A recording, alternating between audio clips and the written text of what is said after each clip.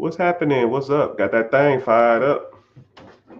Hope all is well. Hope all is good. What's up, everybody? Mr. Richard here. Let's go and get started. I hope y'all ready to learn. We streaming on all social media sites: Facebook, YouTube, Twitter, Twitch, Instagram. We live and direct, and we streaming on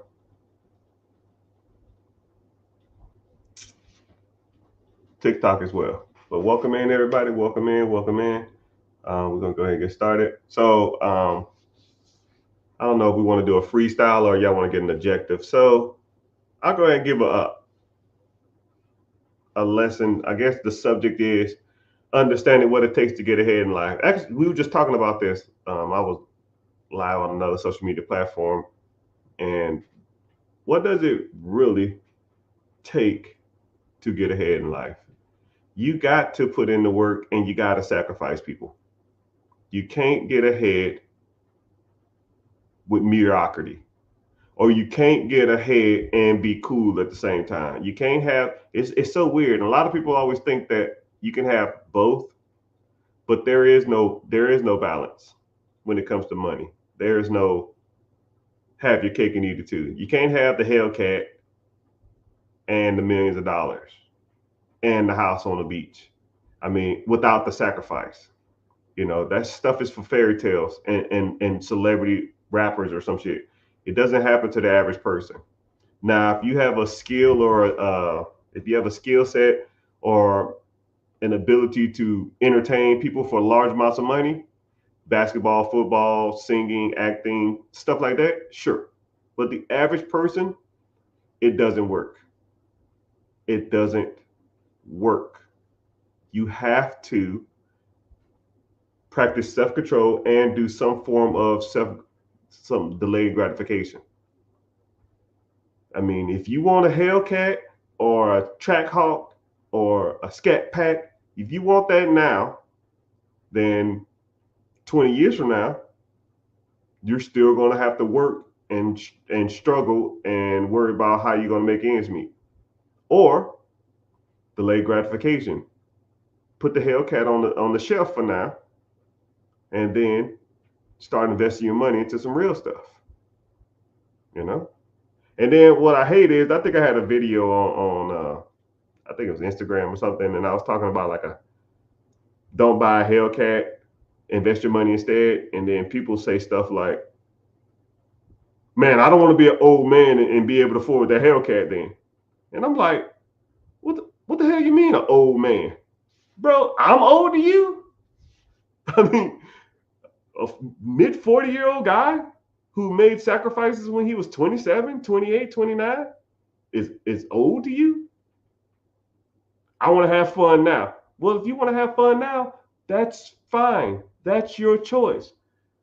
But when you're, you know, 30, I mean, when you're 40, 45, 50, 55, 60, don't complain that life ain't turned out the way you wanted to. You know, it's another good analogy, and I hate to bash women, or talk trash about women, but I see a lot of women when they get older, they'll complain that where are the good guys at? Well, you had the opportunity at the good guys. You chose otherwise, right? The number of women, regardless of regardless of what you look like, when you're in your 18s, 20s, 25, even close to 30, you get hit on all the time. I've seen some of the most unattractive people in the world get hit on when they're younger. But when you start getting older and that reality starts kicking in, and you start gaining a little bit, and shit ain't that sweet no more. It's the same thing with money. When you have the opportunity to put up the money, right, you can either choose to go to the club, you can choose to go out and party, you can choose to take vacations, you can choose to go get nice cars and blow all your money on bullshit, or you can sit your ass at home. you know Same thing. If you are younger and you get hit on all the time, you can either settle down, find you a good guy, and get married and be done with it, or you can continue to run the streets. And then when you get older, don't be mad when you don't get hit on all the time. I mean, it's about as simple as that, you know. So we'll get to some Q and A in a sec, but I almost want to just put a little emphasis on the delayed gratification. I mean, there's somebody out there right now, the same age as you, probably from the same background, the same sex, and everything, who's putting in the work. Same age as you. So when people say, "Oh man, I'm too old for this. This won't work for me. I'm at this age." No, that's bullcrap. Some of the most successful people in the world started at a later age. I think Vera Wang, famous designer, known for her wedding dresses. I think she made wedding dresses for celebrities. I think she made her first wedding dress at 47 years old. Hmm. You like KFC? Some people love that chicken. I think the first KFC was opened at 51. He opened his first store at 51. Wow. What about Wendy's? You like Wendy's? First store, 46 years old.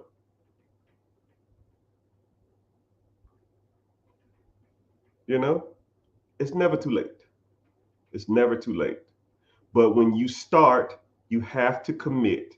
You have to keep at it too. You can't just do it for a week or do it for a month and do it for like 6 months. Be like, this shit ain't working out. I'm good. I can't do it. I don't like this. I like my freedom. I like my fun. I like my vacations. I like eating out. I like Netflix. I like sitting on my butt. I mean, that's cool. But those who put in the time, those who put in the effort are rewarded later on in life. All right. And I'll even give you some quick synopsis of me, because y'all see me on social media and y'all see me live, but nobody was putting in work like me. Nobody, right? I always had this imaginary person that I was going against that said that people my age, am I the 1% of people out here getting it? And if I felt I wasn't, I would start to do something. And I'm gonna tell you this too. Imagine if there was a camera walking around following you all day long, 24/7, almost like the Truman Show. They just followed you all day long. Would they want to watch what you do all day? Would they be motivated and inspired to do what you do, or to want to watch? Or they'll just watch you wake up, complain about work, complain about your coworkers, complain about your boss, complain about the commute, drive to work, and then, complain about being here, complain that you don't get paid enough, complain that the system sucks, then go home, then complain that you ain't got enough, complain that the food sucks, I want to eat out, complain that you have to work out. Do people want to watch that? Would you watch that? If I followed you around for just today, think about today. What'd you do today that would motivate somebody to want to aspire to listen to you or watch you? If the answer is nothing, then you fucking up, because your today was probably your yesterday, and your yesterday was probably the day before that. So let's say NC-17. Keep your mind out the gutter. I'm trying to make you some money. Right?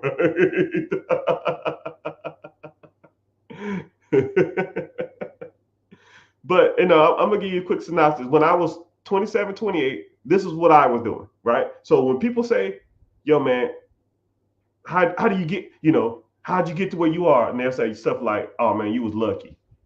Oh no, there's no luck to it. One, I couldn't afford a car for the first 3 years I was in the military, so I would ride a bike to work in the rain, sleet, snow, hailstorm. Don't give a shit.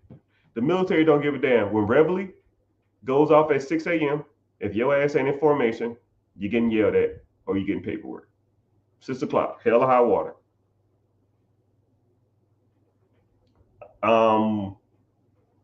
I was buying rental properties and I was staying in the rental properties. I was sleeping on a blow up mattress in a sleeping bag with a pillow. And I would wake up and start to renovate the house and then do that all day long. I would order a pizza or something, eat that because I didn't want to leave the property because I was too busy working, painting, removing carpet, uh, scrubbing, cleaning up, redoing countertops, whatever I had to do to get that house rent ready. And then I'll go to bed at like 2 in the morning. I'll go in there and run a little water hose and wash up a little bit, hop in that sleeping bag, take my ass to sleep, wake up at 6 or 7 in the morning, and I hit right back at it again. 5 hours sleep. Like spring breaks and stuff, when I got like spring breaks or I took like vacation or leave or something, that whole week, I just renovating properties. When I stayed in the barracks or the dormitory, they gave you 3 meals for free.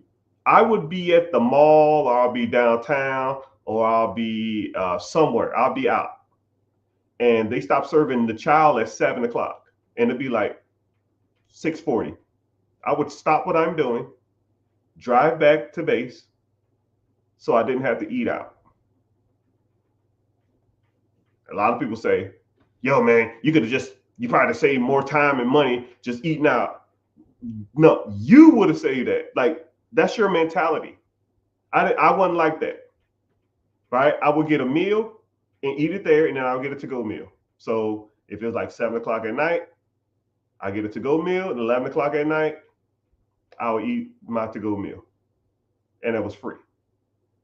And then sometimes I would leave where I was at, like say if someone had a get together or they was watching football, I would literally stop what I'm doing, go get my free meal, then come back, and they'll say like, "Man, you know, we about to go out to the bar or something like that." And I was like, you know what, I'm good. I'm good. I'll sit at home. Come on, man, come out just one time. No, man, I'm good. Because I don't want to spend any money. I have a bigger plan. Now, all those guys I used to work with talking about go out and spend all your money on dumb shit, they're all working now.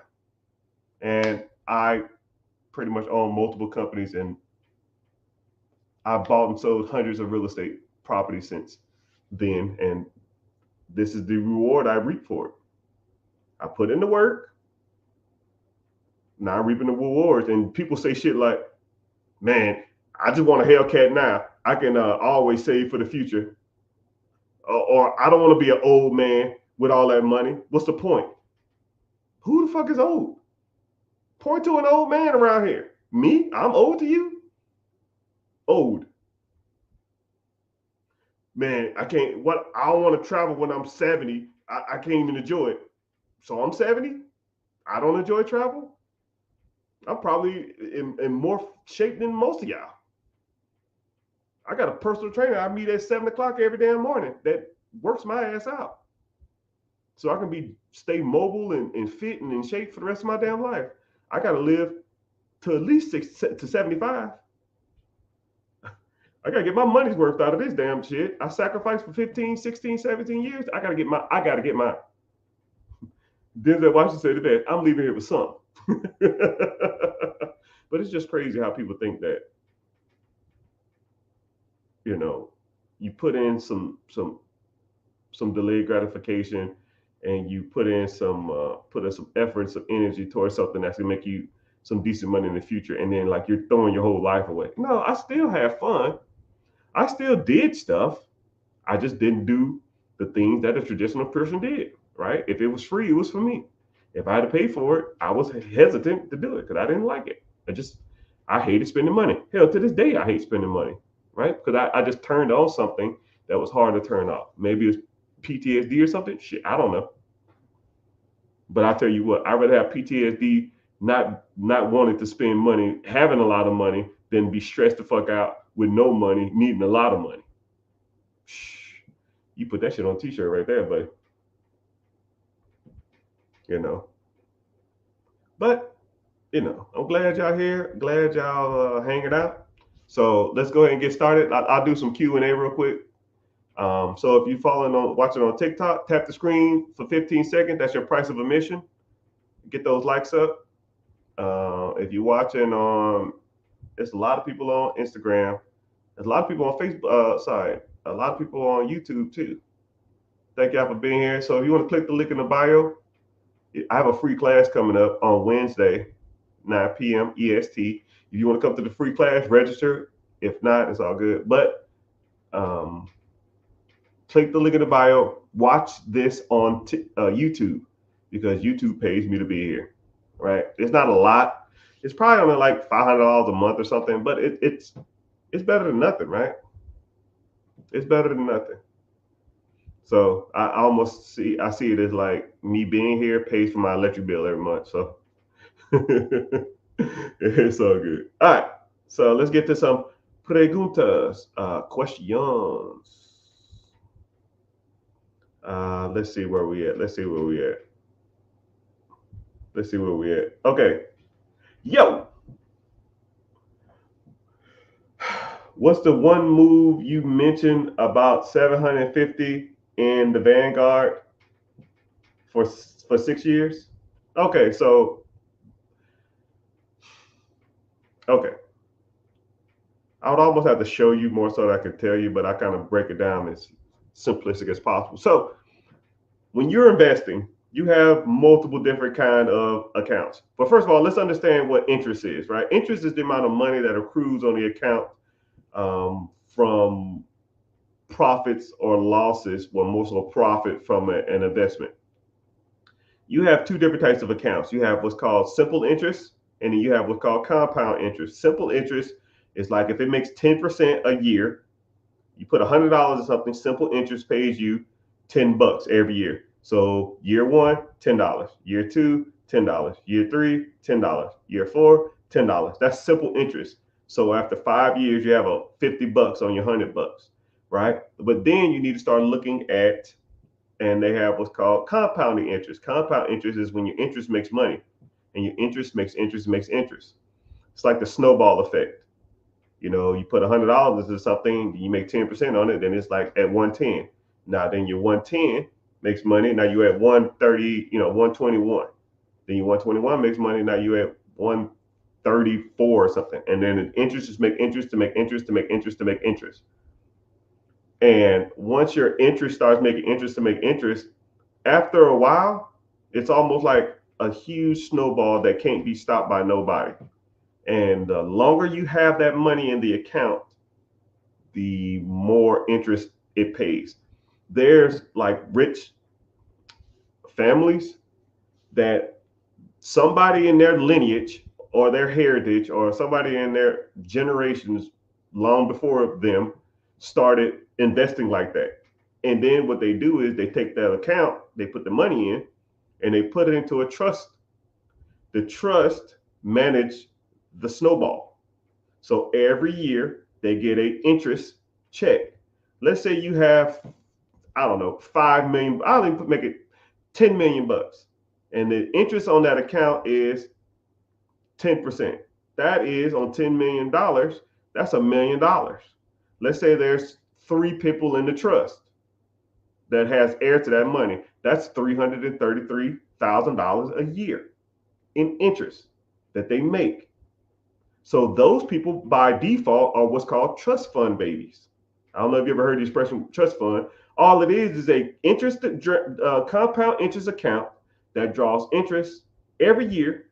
And instead of adding the interest to the pot, they take the draw of the interest. So the interest is making their money every year. And if you spread that $333,000 over 12 months, that's what, 27 grand a month, right? Most people, right? Most people in here can live off $28,000 a month.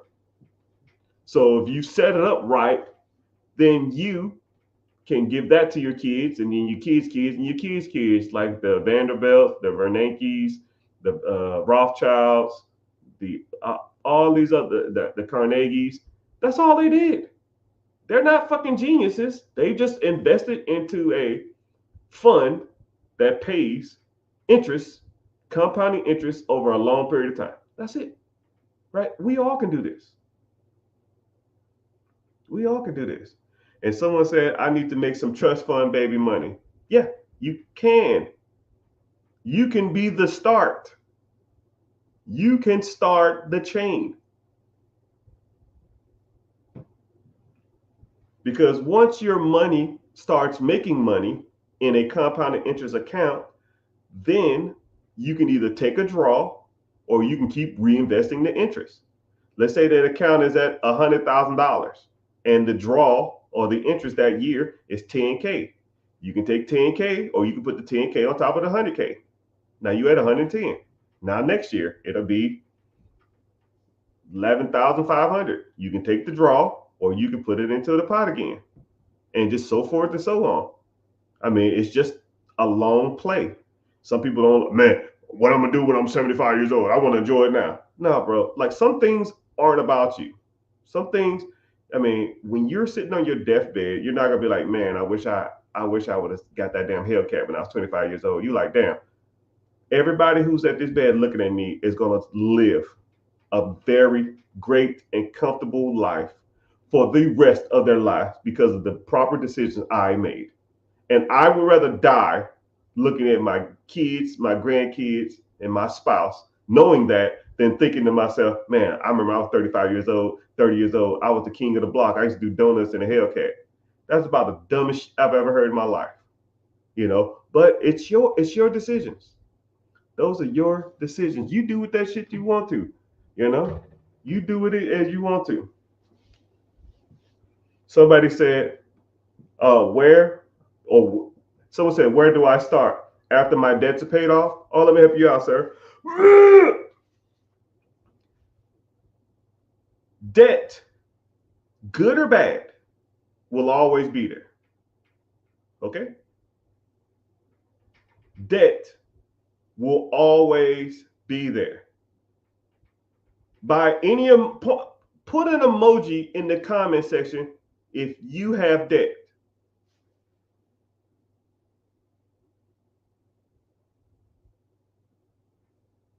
If you have debt, put an emoji. Emoji, emoji, emoji, emoji, emoji.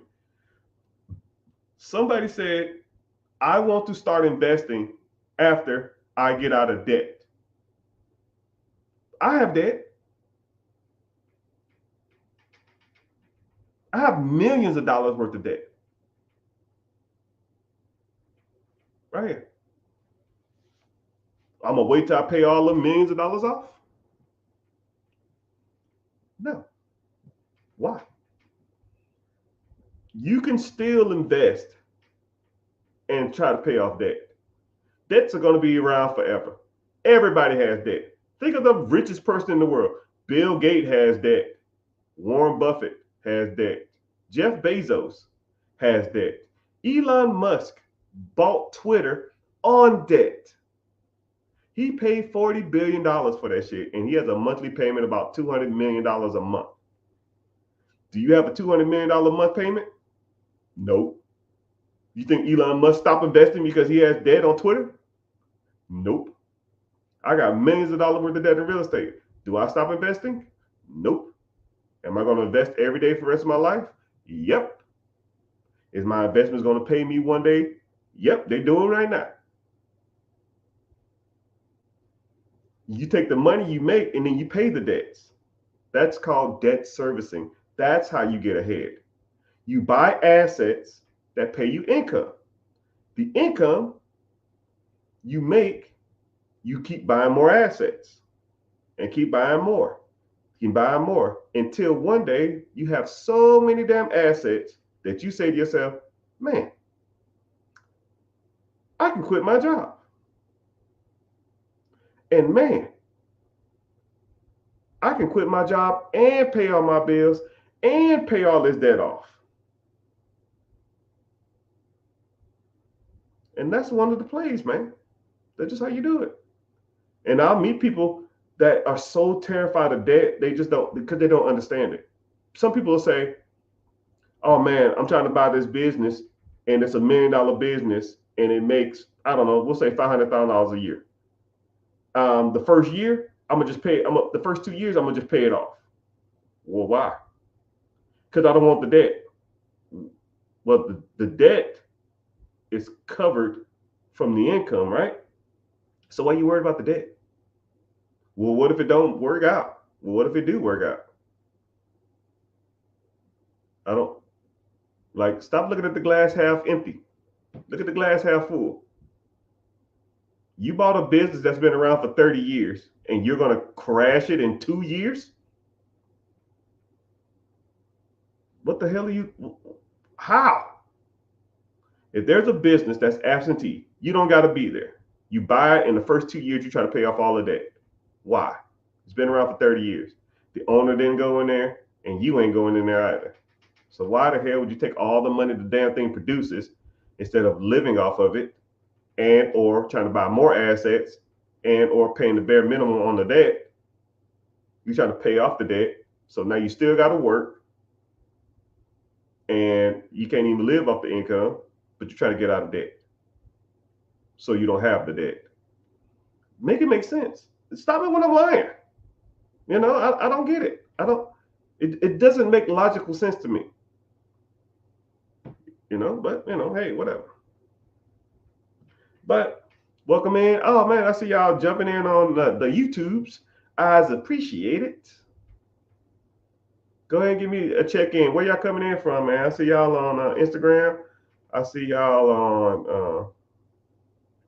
on YouTube, TikTok, Facebook, Twitter, Twitch.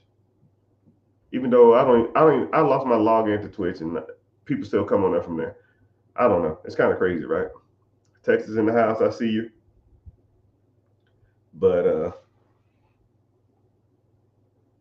okay, I see you. Are you gonna save this live? I'm working right now. I gotta get off soon. I might.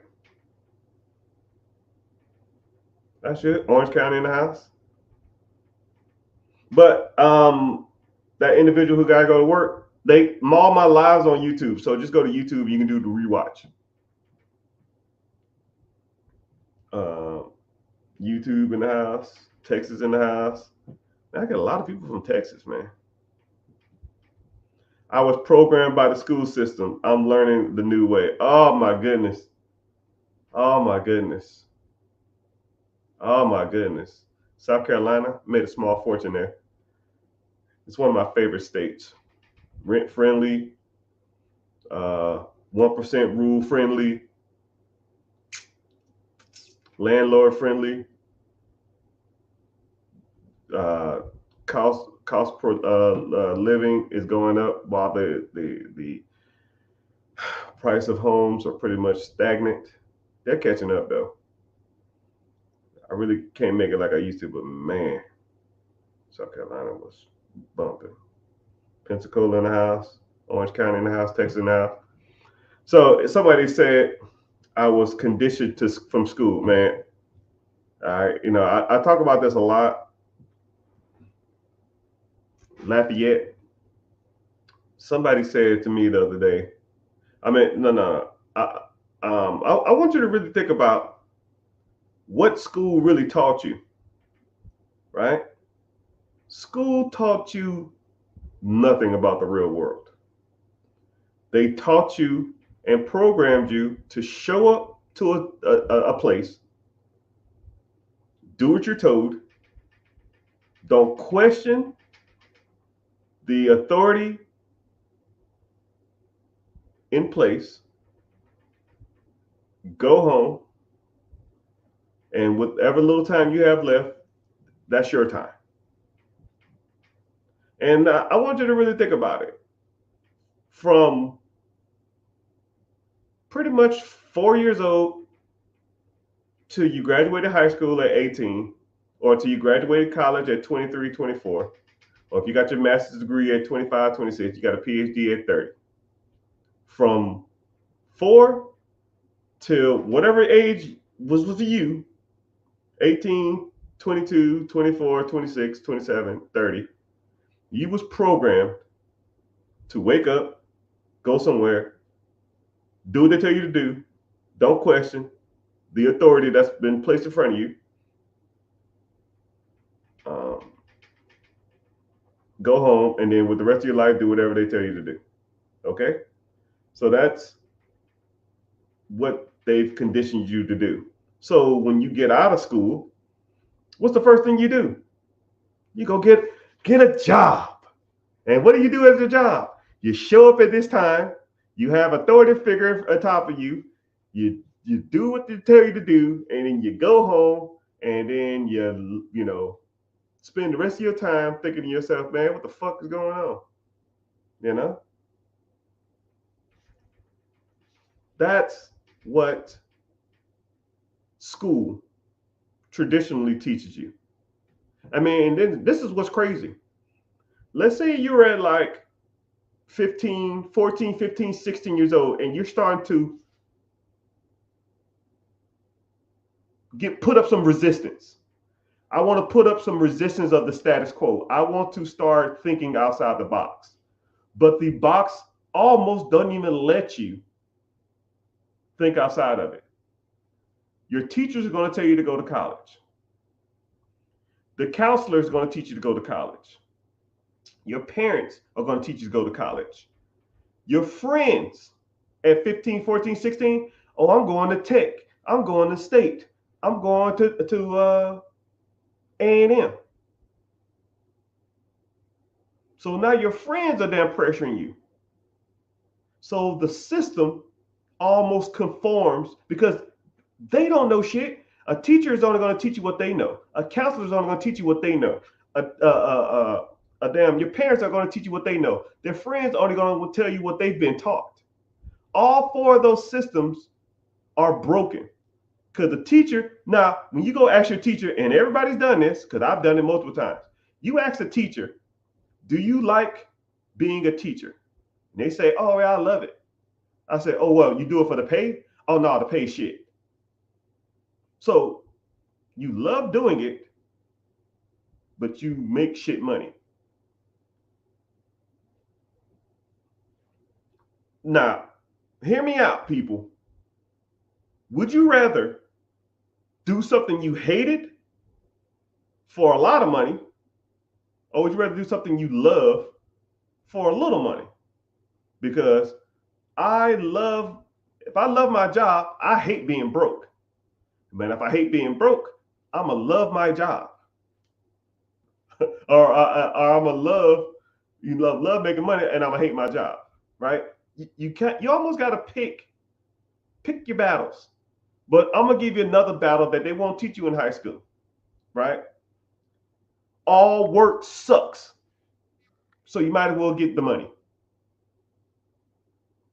You might as well get the fucking money. All work, employments, job, 9 to 5, all of it sucks. I have never, in the grand scheme of things, I've never went to work. I've had good days at a job, but I'm in the whole grand scheme of a job. I've hated waking up early.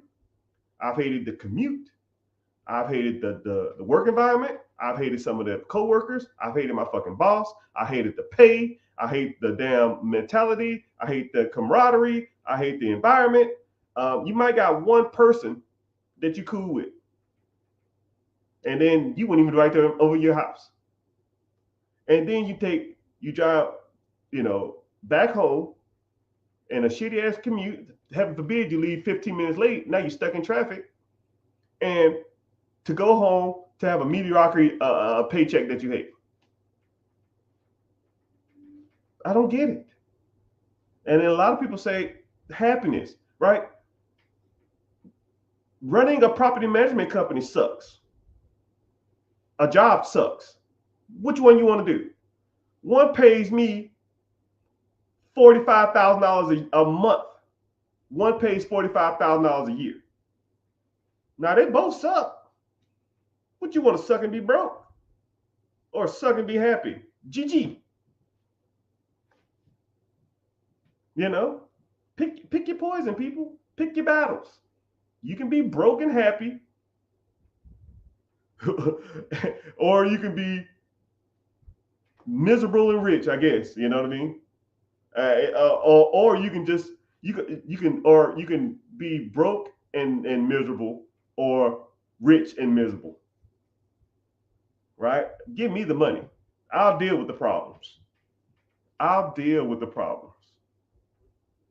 And most people, if you're in a supervisory position or a management position, you can run your own business. You're just running someone else's business for them. I mean, it's about as easy as it gets. You're running someone else's business. When your job, or when you're the owner of the company, which you probably never met or rarely meet, if you quit that job, he's going to replace your ass because he's not going to that job to do that work. But you're there, you know. And someone else said, despite how much money you make, yeah, despite how much money you make at this miserable job that you hate, it's always going to be not enough. But you got to take that shit into your hands, man. Only captain of your ship is yours. Only captain of your ship is you. You know. But I would rather work for myself and not make as much than work for someone else and make a lot of money. And I'm gonna tell y'all something, man. I'm gonna give you a quick synopsis because I hate talking like this because I don't feel like I'm bragging to people. But I'm gonna tell y'all something, man. On the other side of the fence, it's 10 times better, right? But it does take discipline, right? Some days I just want to wake up and watch Jerry Springer or Maury or Price is Right all day. But I got to come in here and do work. I got staff waiting on me, employees waiting on me, tenants waiting on me, whoever waiting on me, and I have stuff to do. I have a checklist of 50 things I have to do pretty much over a 3-day period every day. And do I just want to sit in the living room and eat ice cream all day? Sure. But I got to do work. But you got to do work too. Just the difference between you and me is my work pays me way more than yours. Because I put in the number, I put in the time, I put in the effort, and I put in the energy. I put up the money too. You know? Is Jerry Springer still on? No, not really. I don't know. I always say Jerry Springer because that's just like daytime TV stuff, but I'll say soap operas. Are you happy? Someone says, what does my day typically look like? I wake up at 7:34. I have a personal trainer who I meet at 8. We do an 8 to 9 session, maybe 9:30 ish. I come home, I freshen up, shower, shave, whatever. That'll take me to like 10:40, 9:45, 10. I go in there, I talk to the missus. Actually, my girls go to school at like 9, so I see them for like 5-10 minutes before they bounce. And then talk to the missus from like 10 to 10:30 to 11, just see how her day's going and seeing what's going on. Then I come into the office about 11 o'clock, and then I get to it, right? Whatever's on my agenda. What's the day? So today is review all bank accounts. I didn't do that today. So I have like 8 different bank accounts. I got to review, answer all social media DMs. I get about 400 DMs a day on social media. It says go live at noon or in the AM. Post on social media as soon as you start reading this. I tell myself little reminders. Post on social media. Go live. Add an IG story.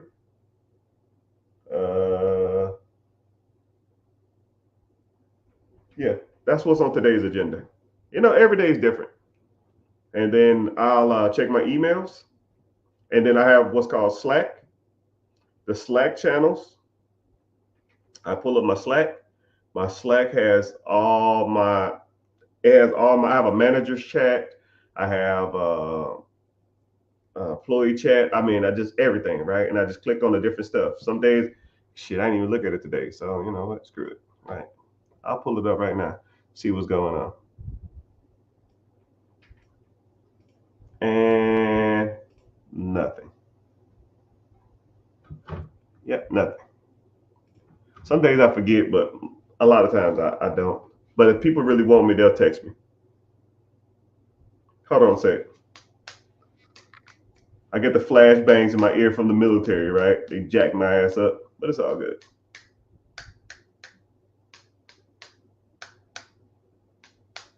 Yeah. So I get about 400 I can do about 400 DMs every 3 days. It's nuts. And I answer all of them too. I don't pay somebody to do it. I don't do any of that stuff, right? So yeah, I answer all my DMs, but I only do it 2 days. I do it on Mondays and Thursdays. And then on Thursdays too, me and the missus go out and we eat lunch. We always try to eat somewhere new every Thursday. Whatever day it is, I say, what's the latest and greatest restaurant? We'll just Google. Sometimes we'll just go to Facebook and say Tampa, TikTok and say Tampa restaurants, and we're just like, oh, wow, that looks good. Put it in the destination and go eat it, right? But don't give a fuck what it costs. I don't care about that, right? I don't even care about money no more. Like you get to a point where it is what it is.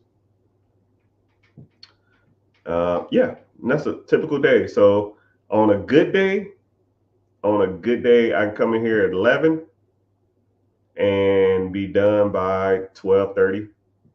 And after 12:30, I just kind of like, okay, cool. Let me try to make some more money some other kind of way, or look into something, or do something, or read something, or educate something.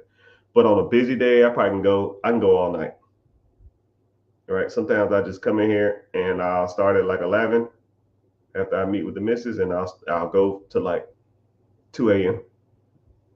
Or just like one person, it was a company that hired me as a consultant. So what I did is I looked at their books, I looked at their numbers, and I helped them grow their social media.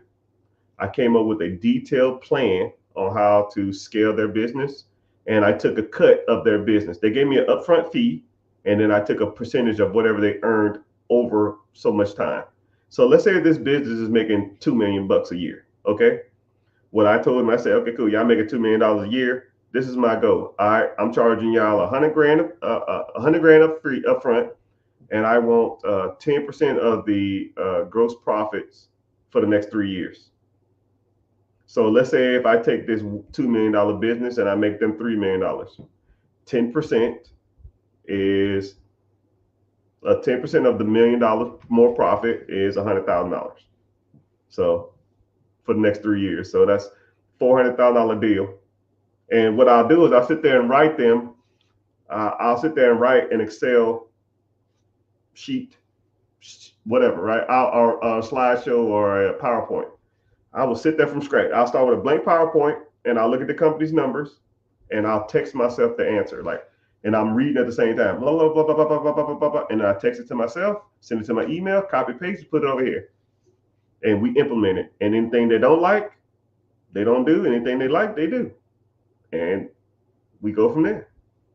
Almost like a growth strategy, right? So when people hire me to do that, they'll give me a timeline, and I always wait till the last minute. But I'll spend like this one company.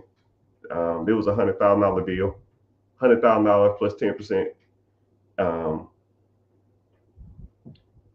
I wrote pretty much a whole new business plan, new business strategy, growth strategy. I did it in I gave myself 23 days, but I did it in 12.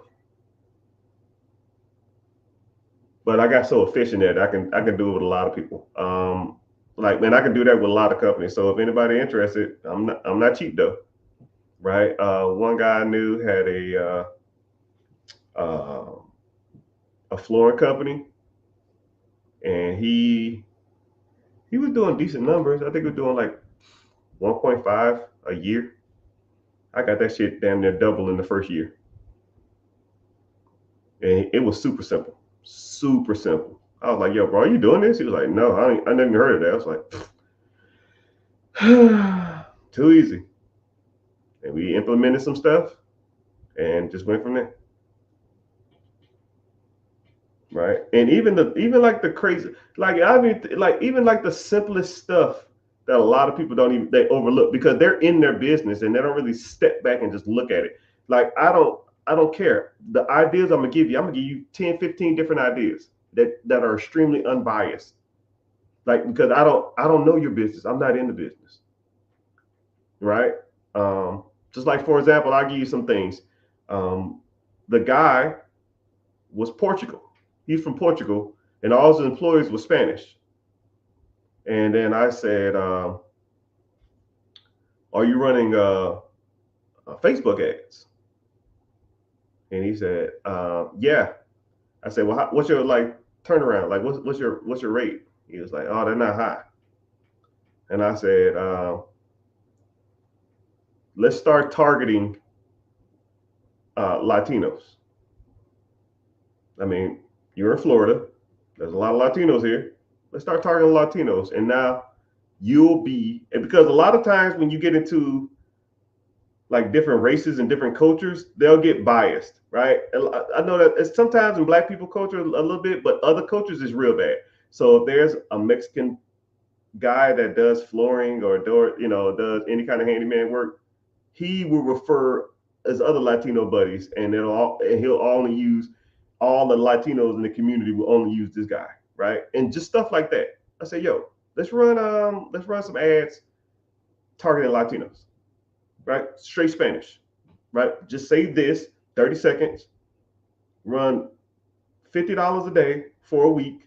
That's $350. Let's see your turnaround rate. Fucking phones off the hook. All Spanish people off the fucking hook.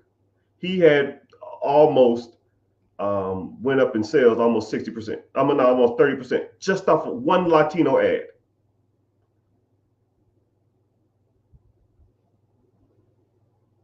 Hey, whatever, man. Whatever. And then I said, okay, cool. Let's run the same ad. You know any white people? Cool. Have them do the ad. And we didn't see the same results. Have one white person speaking. It said the same thing. 30 seconds, not the same results. I said, shit, cool. Now we know what we're doing. Now we see our demographic. Let's target these Latinos because that's where your money is, right? You are Latino, your crew is Latino, but you're catering to white people, right?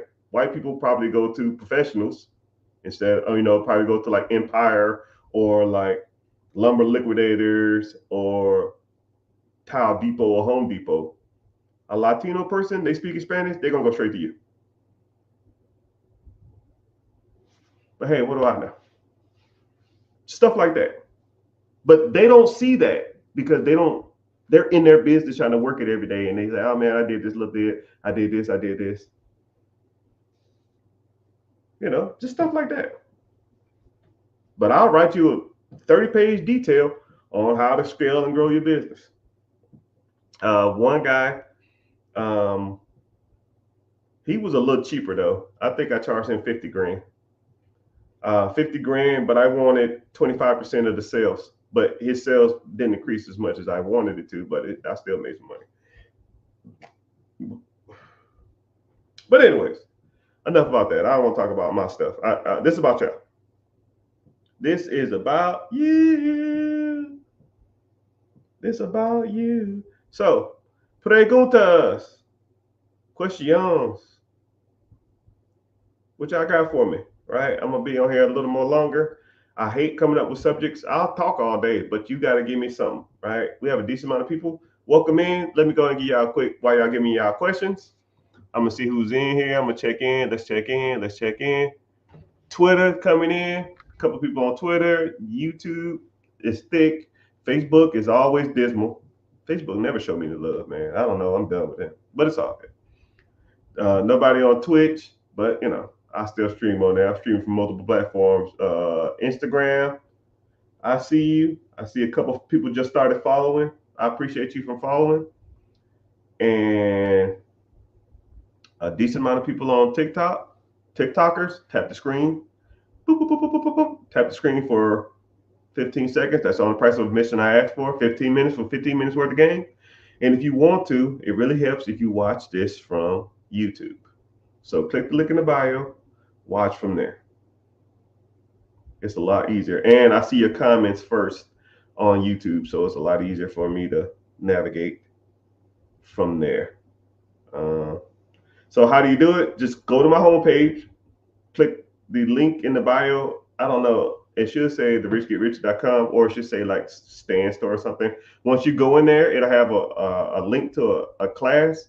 The class is called Be Your Own Boss. That's my free webinar. If you want to come there and hang out, it's Wednesday, 9 p.m. EST. Or you can just click, it'll look up top and say YouTube, or just go to YouTube and search The Rich Get Richer. And if you're following from there, that's fine. You don't even have to follow. Just give me the views. I just need the views, man. That's all I need. So, okay, cool. Let's get to some preguntas. I have very little savings and decent income and hope I get out the rat race. Okay, young brother.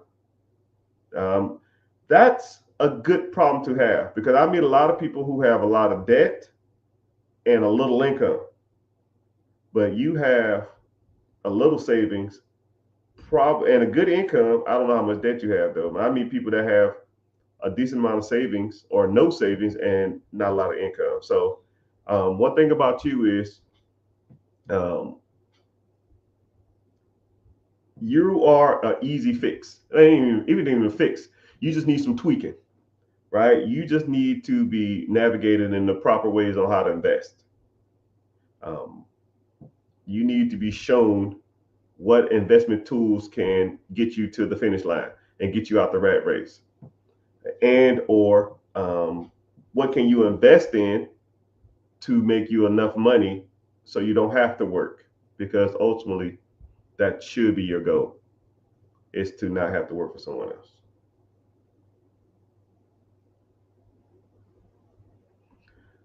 What's your take on rate cuts announcements?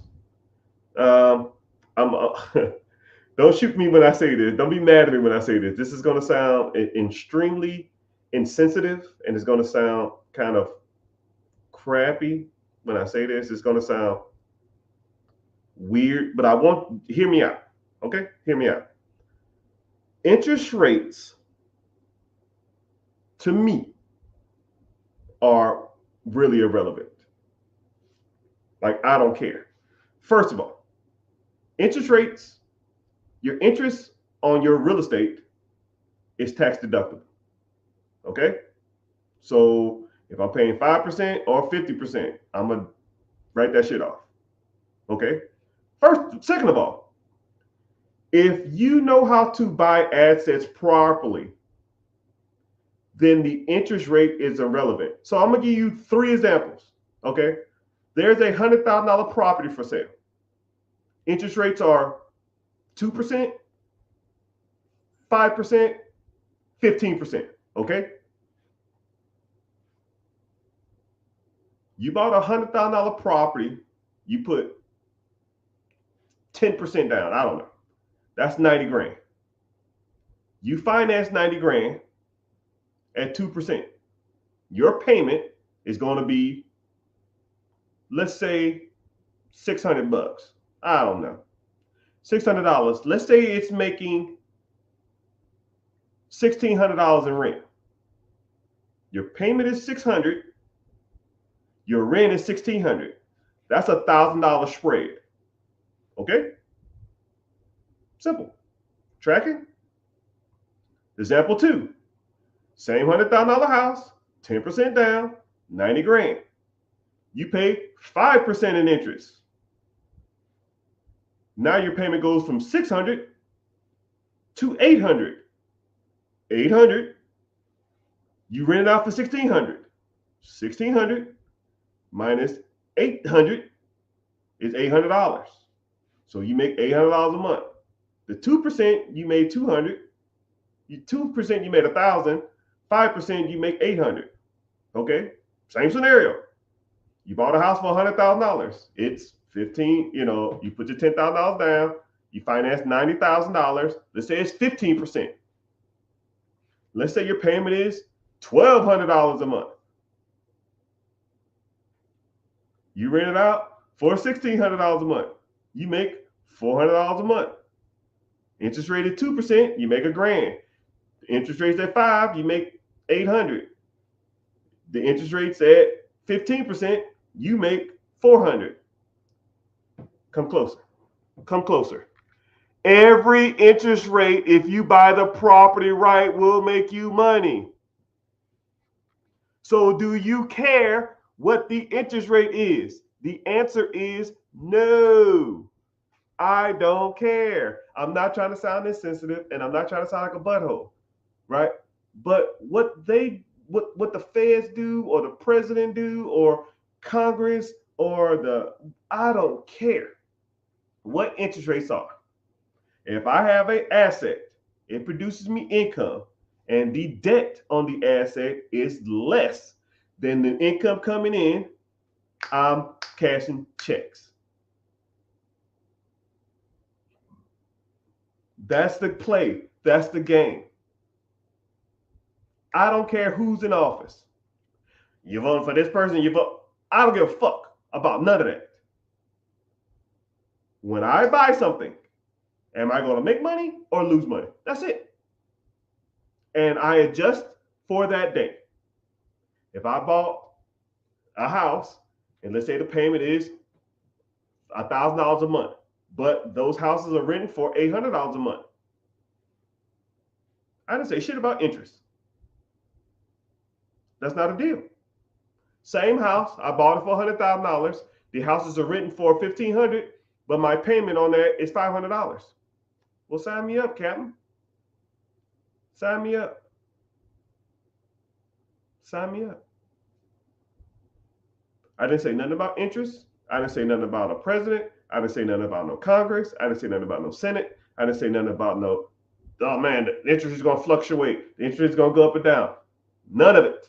I don't care. Does the asset you want to buy, the day you want to buy it, produce you income? If the answer is no, don't do this shit. If the answer is yes, do it. Say word.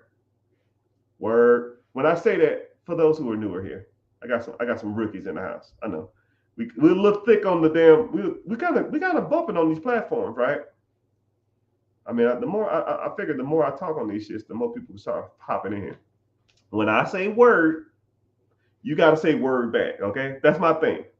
So when I say word, that means like just reiterate that you get what I'm saying. If you have a question on what I'm saying, ask the question. But if you comprehend what I'm saying, just say word. All right. This is like a weird thing of mine. I should get a t-shirt that say word. So when I say word, I put word in the comments. All right. Someone said $100,000 house that rents for $1,500. I need to find them.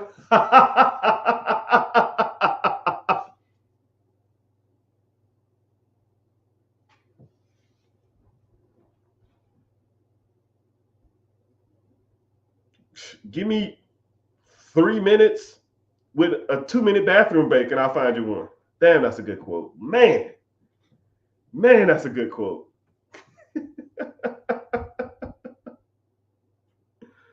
Oh my goodness. If I wasn't streaming on all social media platforms right now, I literally pulled it up in front of you. You know what? What I'll do is I'll read questions while I pull it up on another chat for the individual that said they can't find them.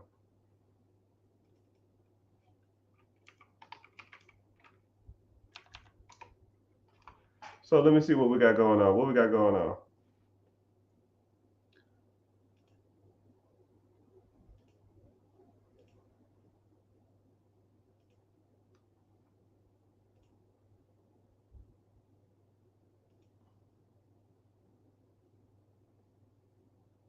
Everybody work. When you hear the call, you got to get up on the run and word up. Oh, everybody work. For the individual who said, I wish I could find $100,000 house that rents for that much. $100,000 house. Okay. 100K property. You ready? You ready?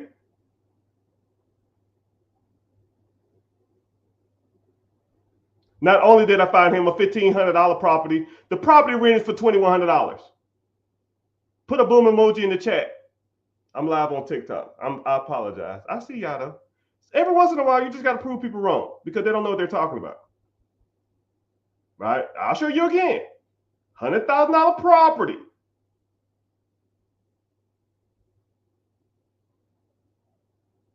Rent. $2,100.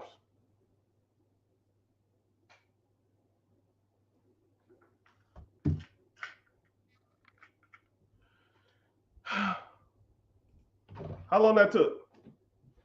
I don't know. 30 seconds? Anyways. Every once in a while, you got to show people you're not playing around. Actually, it took me less than a minute because I pinned the comment, and the comment pins for a minute. Everybody work. Who ready? Who ready? I'm ready. When it comes to acquisition of business, there is a proven to produce cash flow. What loan would we look to get in order to acquire the business? Also, how do we say loan? Do we need business credit? Okay, you asking a couple different questions, so I guess I'll kind of break them down differently.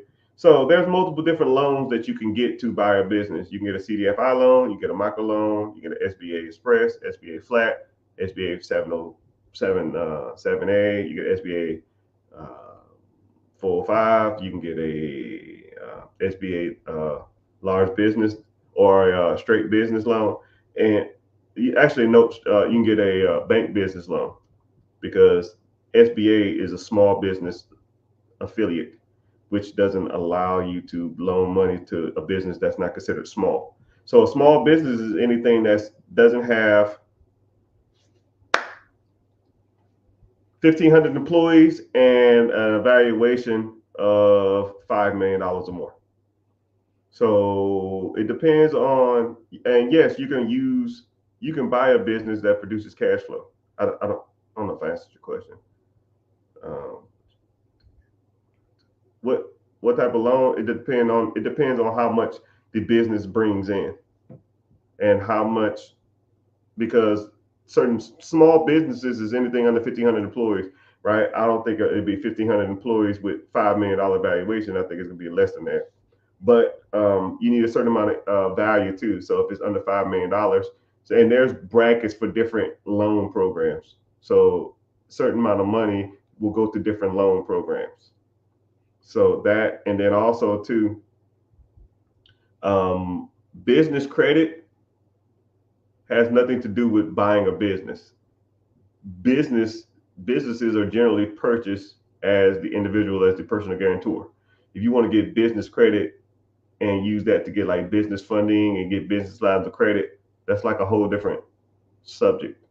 You don't need to own a business. Well, you need to have a proper business structure to get business credit, but you don't need to try to buy a business on business credit. It doesn't work like that. Business credit has nothing to do with business acquisitions or buying a business. Business credit has to do with leveraging credit from a creditor, like a bank or a financial institution. That kind of makes sense. I think I don't want to, but if you want to like break down some of that stuff, I can for you, man. But it's not. It's kind of a weirder question. It's not like a weird question. It's like more detailed than I almost want to go to in this platform or this setup. But that's a good question though.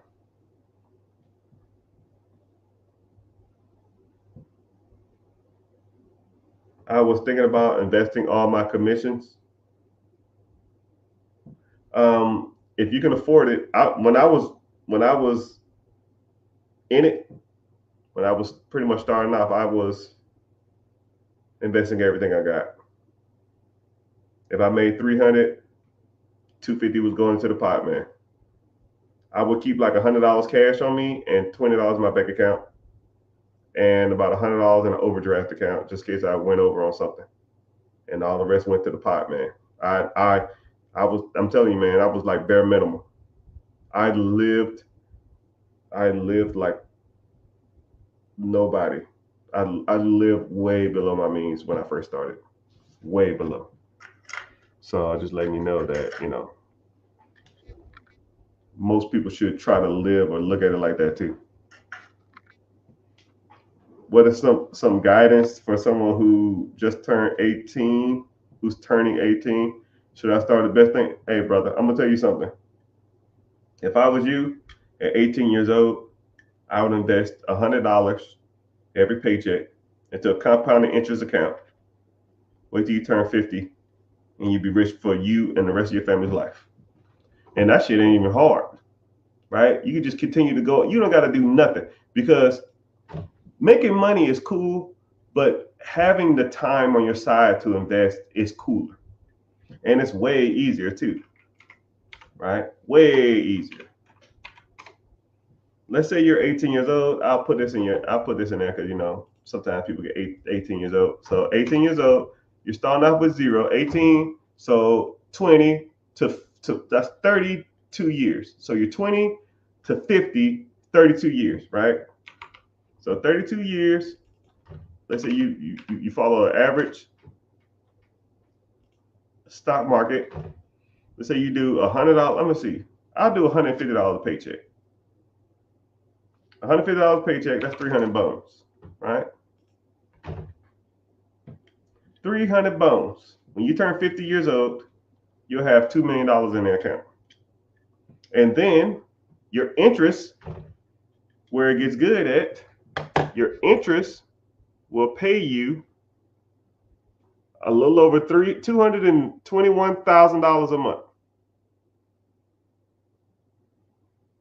So now, at 50 years old, from 50 to 70, however long you live, for the next 20 years, you'll make $221,000 a year, or close to about $18,000 a month. Now, would you want to take $18,000 a month for the rest of your life at 50 years old? And then some clown gonna say something like, well, I don't want to be 50 years old and have to wait. Mother clucker, I'm almost 50. What the hell are you talking about? I look old to you? Oh man, I'm gonna be old as fuck. What is old? A middle-aged man? I mean, and that method requires you to do nothing. Now, if you want to go out and put in your work onto some real estate, you want to get into some businesses, you want to start getting into some LLC, business structure, business credit, business, you want to go do some of that stuff, that's fine. But putting $150 into an account and work a regular damn job till I'm 50 years old is just normal people stuff. And you just sitting back and waiting. And the more you put into it, especially at a younger age, the more you have, right? And let's say you got a decent job straight out of high school, and you could put $500 into the account, which is $250 a paycheck, which ain't even a lot. That's $3 million, and that's $378,000 a year, which breaks down to 30 grand a month. Man, I wish I caught you the first part. What'd you hear, man? I can repeat some of it, but I get so like off track though.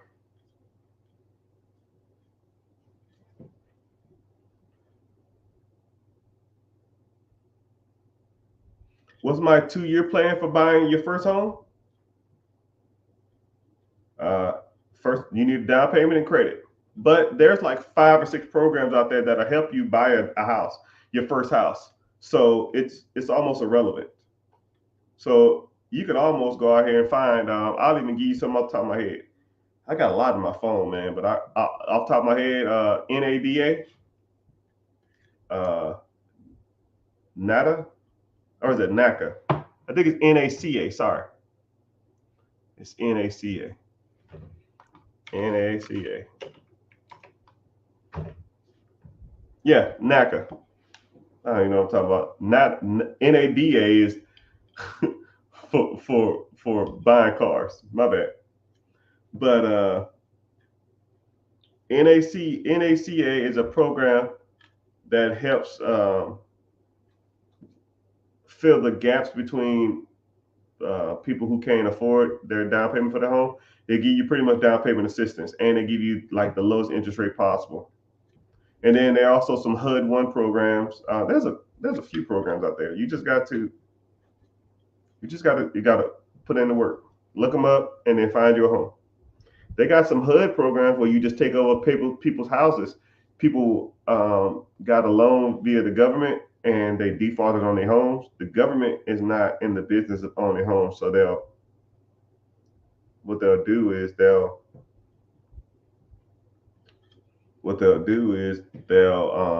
put the houses on the website, and then you just take over the payments. There's a few programs out there like that.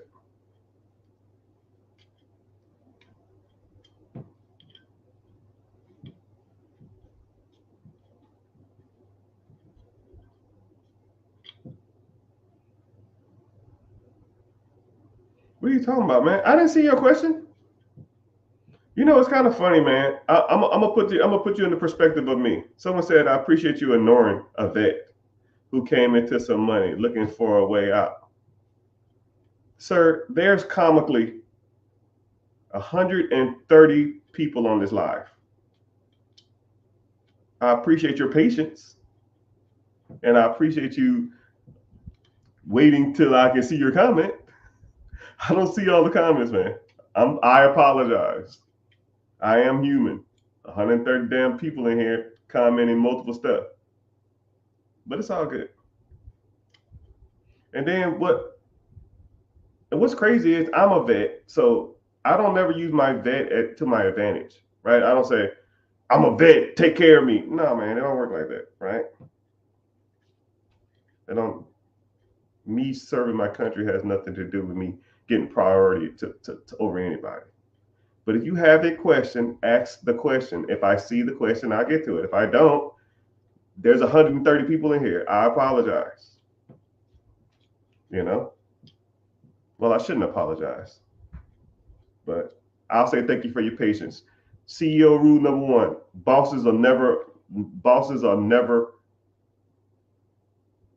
you never let anybody know that what they're saying either gets to you or makes you feel less than, right? You just say, I never say sorry.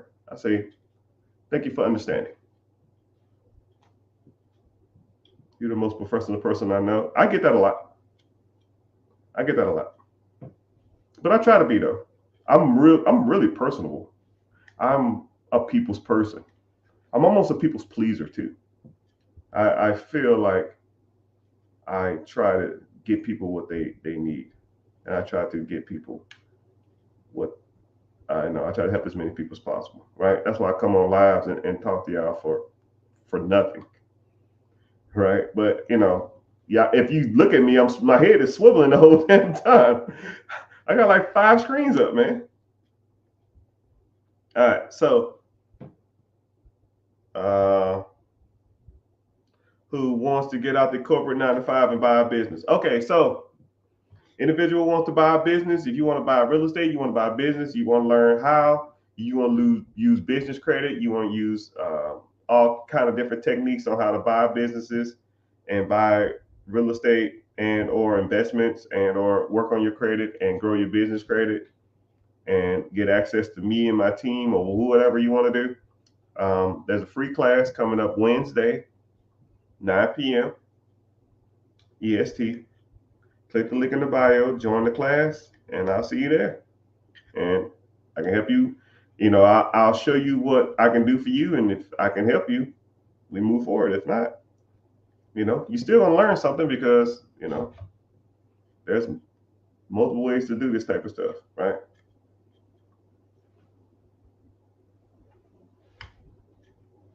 Someone said I have about $110,000. Oh my goodness, and 800 credit score.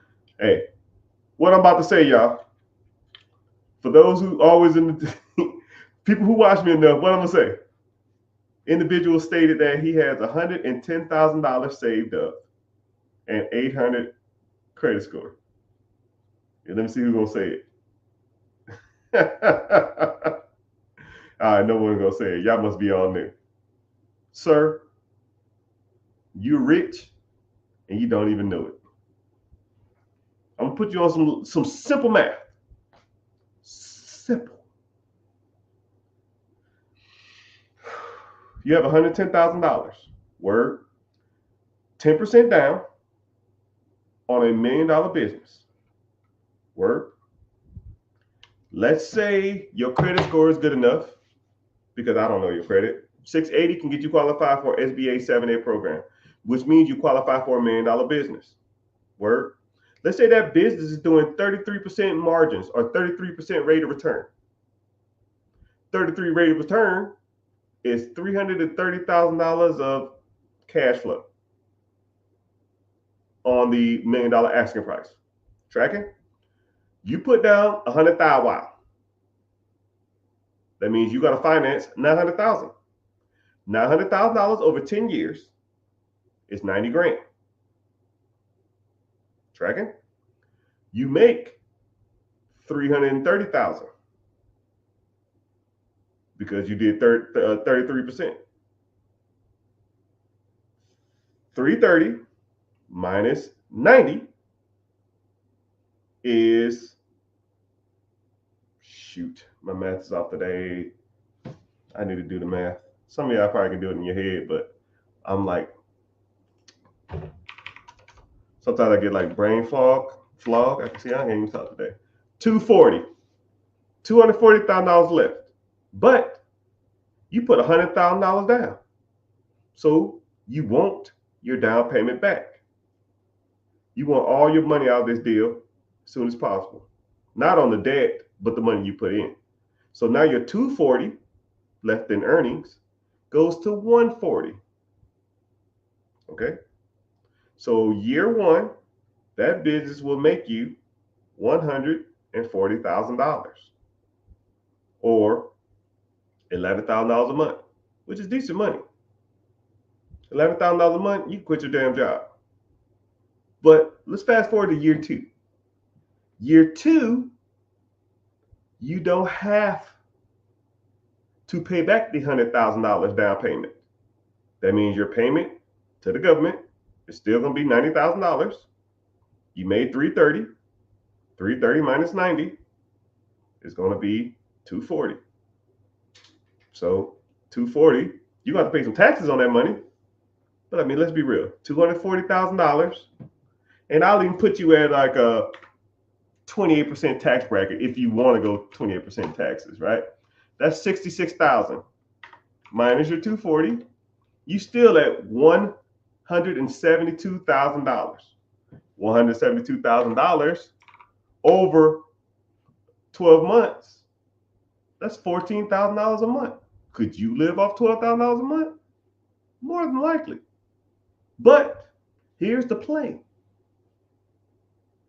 Don't eat off the 240 that you made year two. Just buy another business. And this time, instead of you put the $200,000 down, now you buy a $2 million business. That makes you twice as much. So in 3 years from now, with your $100,000 in your good credit, you could be making somewhere in the range of $40,000, $45,000 a month. But hey, what do I know? What do I know? What do I know? Say word. Word. But anyways, thanks for asking the question though.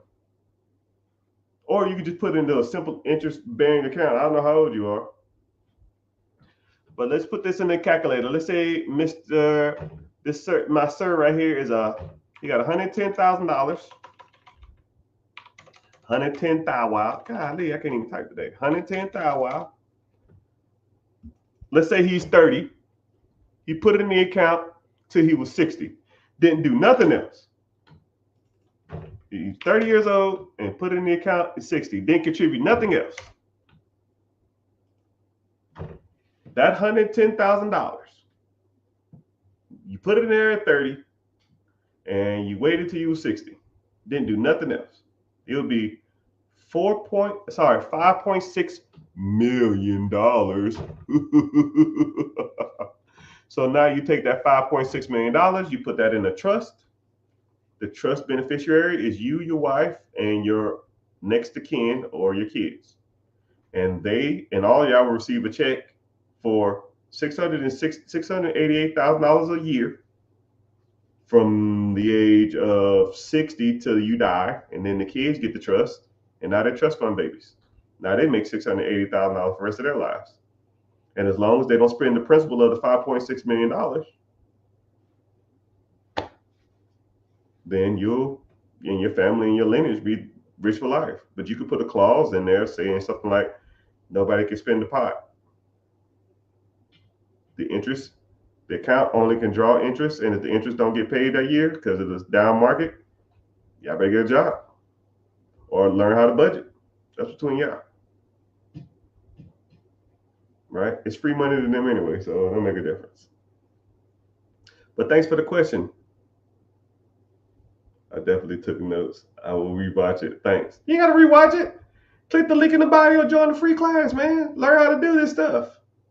And then you can just ask me those questions directly, right? If you want to get into the coaching or get into the mentorship or get a one-on-one or something, I'll walk you through it. Hey, these are the accounts. Here's how you go. This is where you go to do it. Here's multiple accounts. Sign up for one.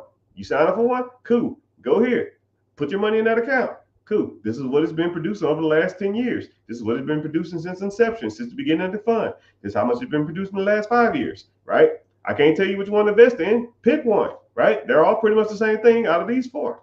And then you just say, cool, I'll pick it. And then, all right, thanks. You have a good one. Let it ride. See you in 30 years. And then 30 years from now, you'll be like, holy fuck, I'm super rich. I was like, hey, that's what I mean when you listen. Right? Someone say, how much is a one-on-one? Click the link in the bio and we can do. I have different tiers for different people. I don't know what you want. I don't know how you want to do it. But I personally feel my one-on-ones are worth my weight in gold, right? Because it ain't like we're sitting on a phone call or we're sitting on a Zoom, and it's pretty extensive. We're gonna be talking about everything. A lot of people will start the Zoom. They're like, "Hey, I don't want to take too much of your time. Okay, cool. Let's get into this business stuff." And I'm like, "Whoa, whoa, whoa, whoa, whoa, whoa, whoa, whoa, whoa, whoa, whoa, whoa, whoa. That ain't what we're gonna do, right? First of all, Hey, how you doing, man? You doing okay? Where you from? Tell me about your family. You got a family, right? No, because it ain't. It's more money. Money comes and goes, man, right?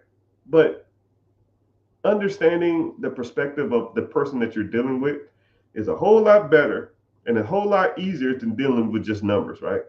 Anybody can give you numbers, man. I don't really believe in it, right? So yeah, so typically a one-on-one goes for a decent amount of time. The longest one-on-one I've ever had was 5.5 hours. But I almost could have kept talking to that dude longer. It was just sometimes it just clicks. Sometimes we do about on average about a couple 2.5, maybe 3. Depends on what we got to talk about. Sometimes if it's some detailed stuff, we just go into detail. Right? And they're like, yo, I got 20 questions. I was like, you know what? I'm gonna just start talking about you and your situation, and the questions will answer themselves. And then I do that, and I say, oh well, I don't have no questions. Yeah, pretty cool. Does inheritance tax prevent old money families? Does inheritance tax prevent old money families?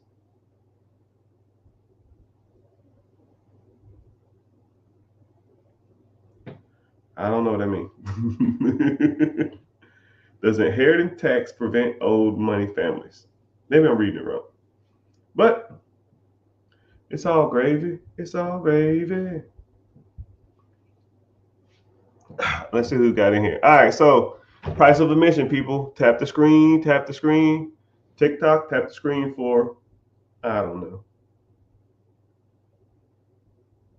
15 seconds for 15, your price of admission. Instagram, put your favorite emoji in the chat.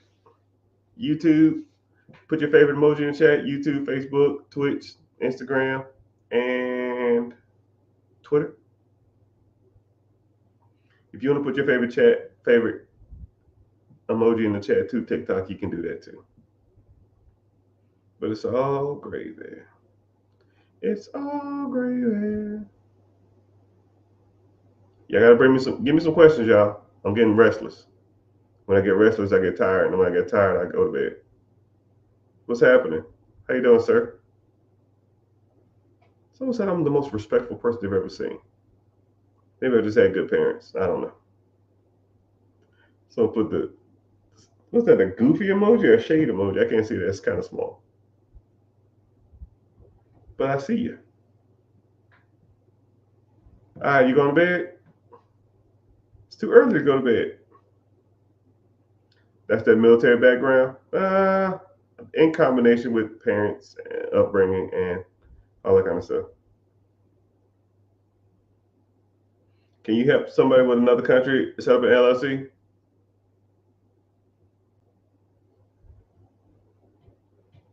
Never had to. That's a good question though. I'll look it up. I don't know if can you. Let's see.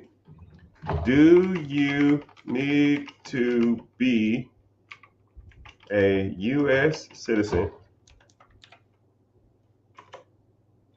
to get an LLC? No, you do not need to be a United States citizen to start a limited liability company in the United States. Non-United States citizens, corporations, and other entities can form an LLC in the United States as long as their home of country is not the United States Department of Treasury. Long as their home of country is not on the United States Department of Treasury OFC list. OFAC list. All right, let me look that up. What the hell is that? OFC list is the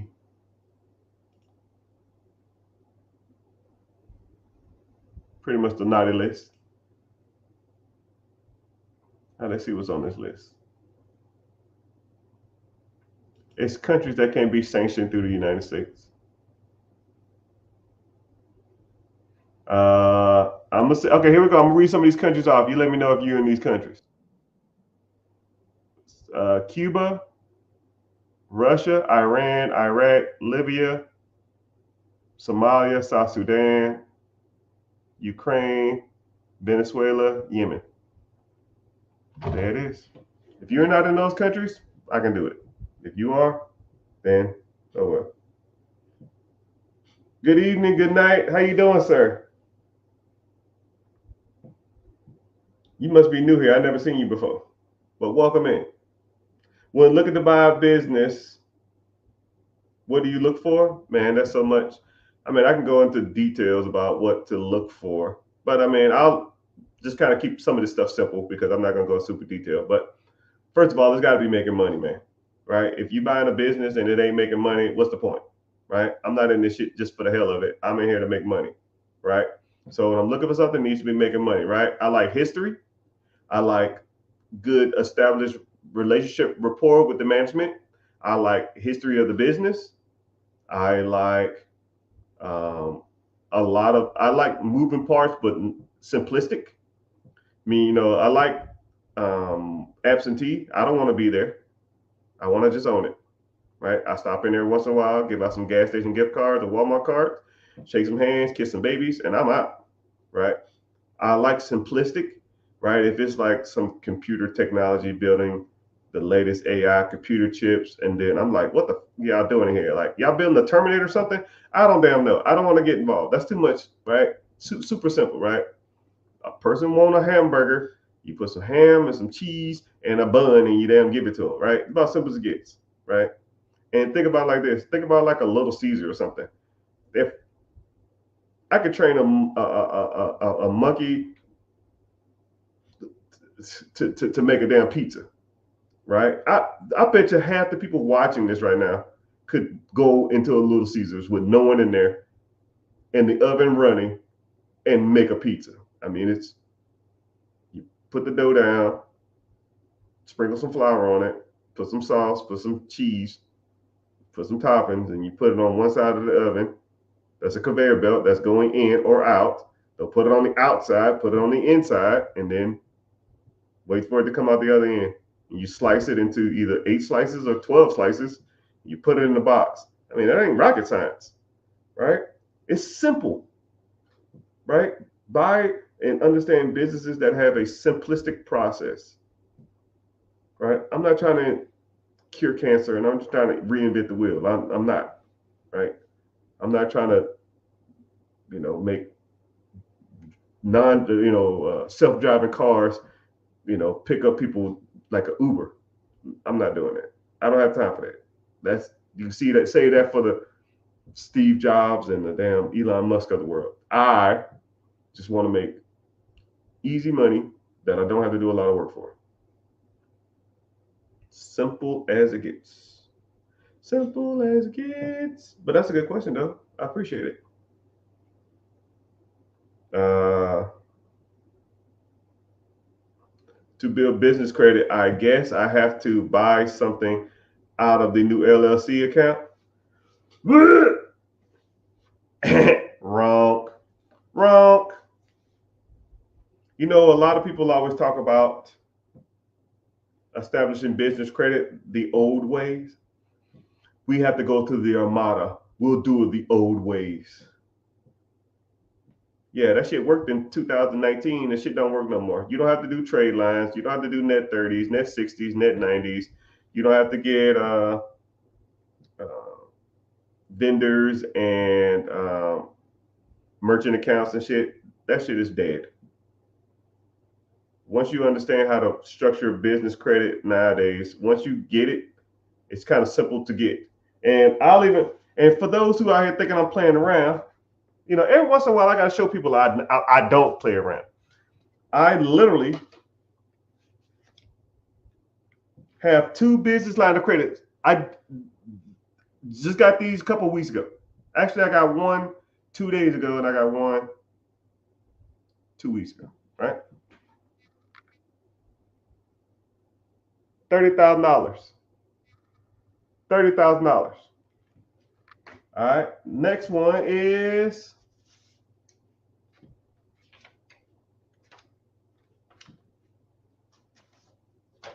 where are you? Oh, here we go. Is this it?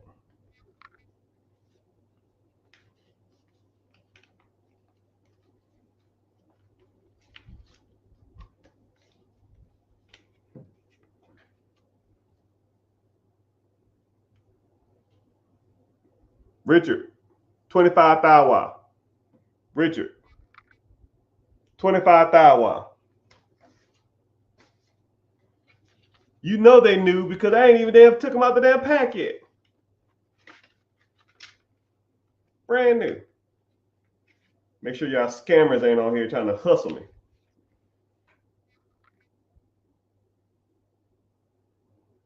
Right? They're right there. And then for those who think I'm really playing around, listen.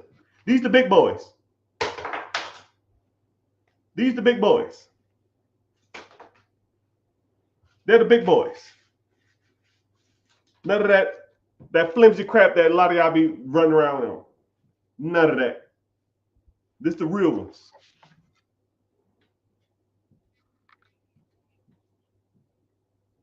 It ain't happening. It ain't happening. You throw that on the damn table, they know you ain't messing around.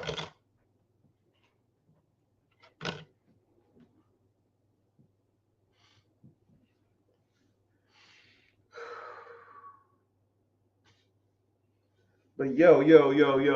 All right, so those who just come in, appreciate y'all for being here. TikTok, click the likes, tap the screen. Tap the screen or comment your favorite emoji. On TikTok, all social media, just comment your favorite emoji or comment where y'all from,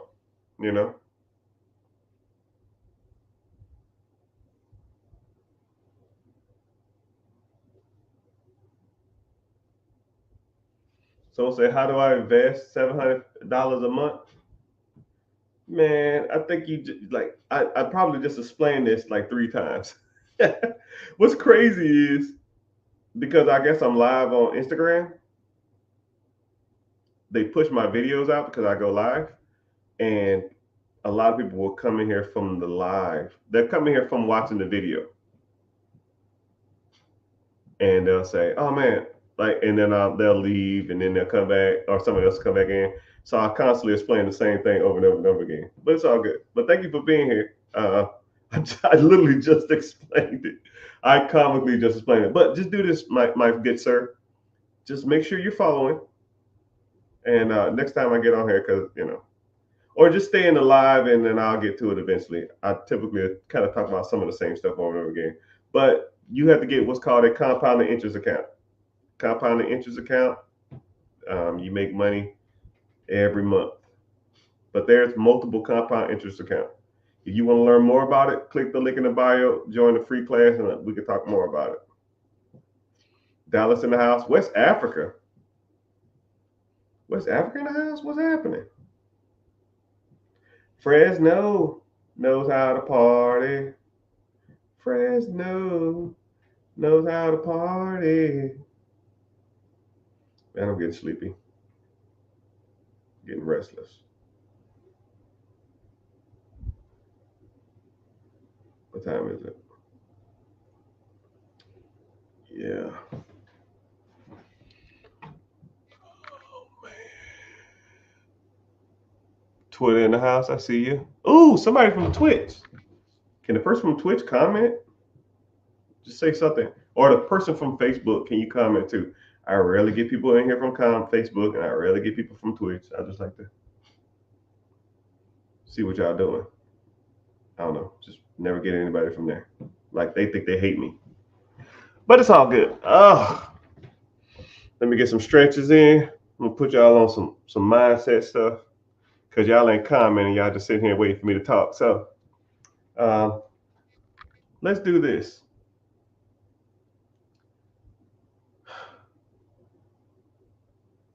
I'm gonna ask this, Dan. Let's do this. What do you think is holding you back from being successful? Right? And I'll even give you some suggestions. You don't have the time. You don't have the money.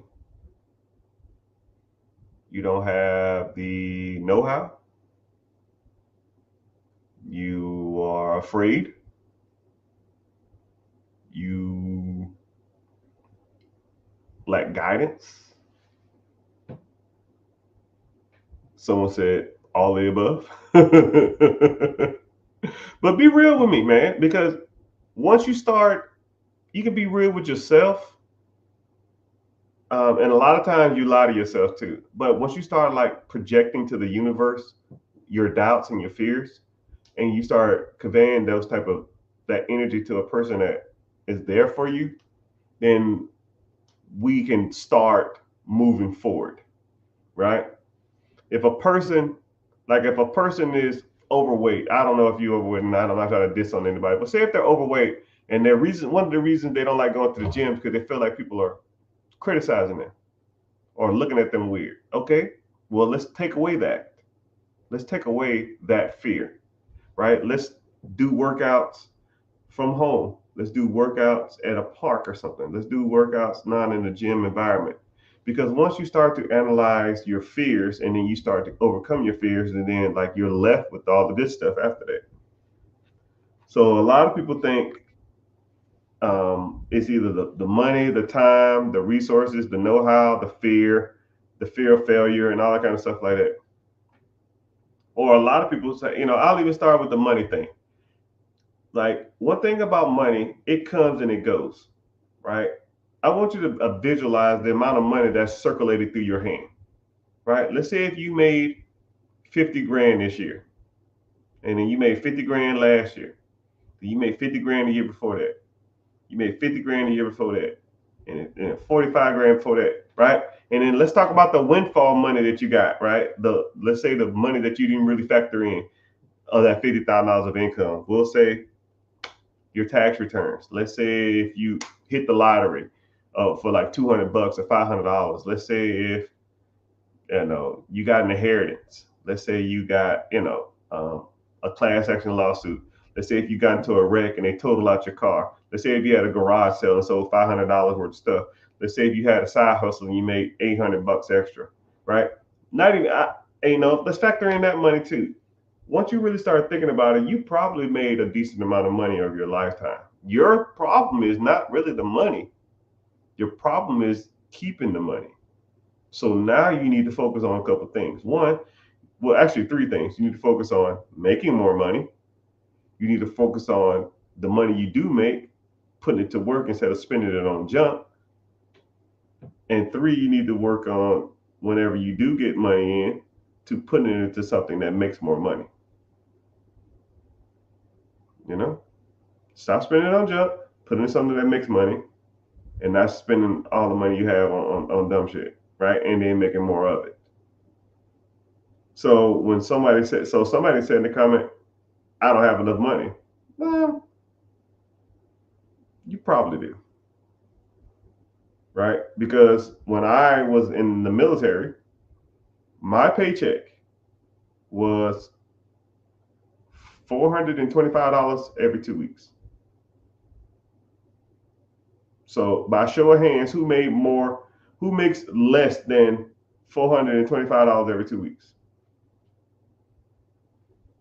I can show you my pay stub if I can find it. It was $425 and then it was $475. I got my year and a half bonus, my year and a half pay raise or something like that. So if you ain't making more, if you're making more than $425 a month, or $425 a paycheck, which breaks down to about $800, about almost $900 a month. Who in here makes less than $900 a month? You make less than $900 a month, then we can talk. Or you can complain to me about you not having enough. You make more, and I was making it work. And then somebody will say, "Is that realistic to live off $900 a month?" No, it wasn't realistic, but I did it, and I was investing, and I was saving. I saved up my first $10,000 off of $900 a month. It took me like 3 years, but I did it. So when people say stuff to me like, "Man, I don't make enough money," man, I think it's bullshit. Because you do. You just spend your money on dumb shit. Right? And what's dumb to me might not be dumb to you. You might feel like you need it, but you really don't. You don't need Netflix. You don't need AT&T. You can get a Cricket. You can get Mint Mobile. Mint Mobile is $15 a month. If you complaining that you don't have enough money and your cell phone bill is more than $50, we have a problem. If you have Netflix, Hulu, Amazon Prime, the NFL package, Hulu Plus, Paramount Plus, Disney Plus, and you don't have enough money, shake that shit.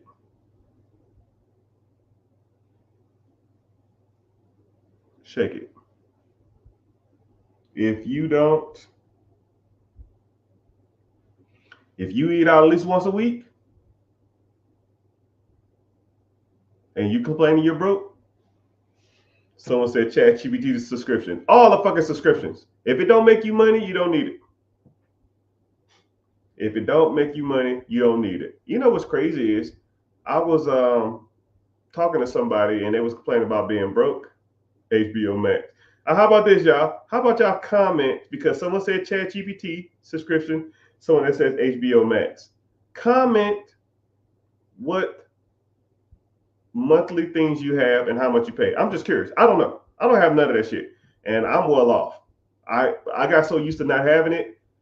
I got so used to living off antenna TV that I still live off antenna TV. It's almost like I love it, right? Every house I move into, I run a cable through the wall, through the ceiling, and drill a hole and screw a fucking antenna to top of my TV, to the top of my roof.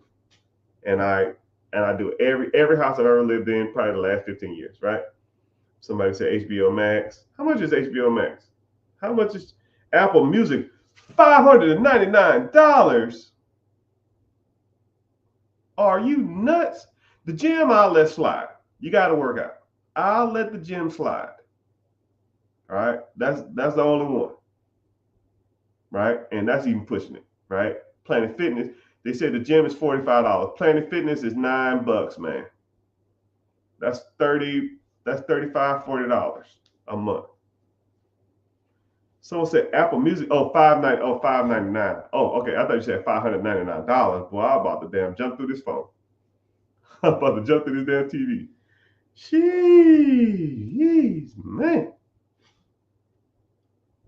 Wow, that's crazy. How much is ChatGPT a month? A premium. First of all, what the hell is a premium ChatGPT? What does a premium ChatGPT do that the regular ChatGPT don't do? I mean, I thought it all did the same thing. I don't know. Help me understand that. And don't try to justify that shit either. Just say, I like the program and I just like to use it more. What? They give you better options. Huh? Do you use it to make money? If the answer is no, cut the cord, my guy. Cut the cord, my guy.